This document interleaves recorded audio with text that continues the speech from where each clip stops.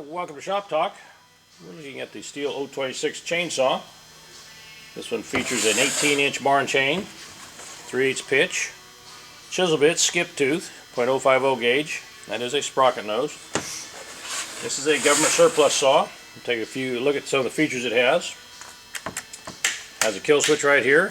Up is off, run, high idle, and high idle choke.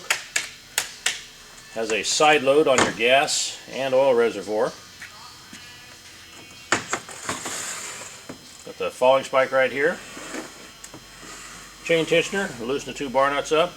Right in the side there's your chain tensioner. If you're needing a nice firewood saw, here's a nice one.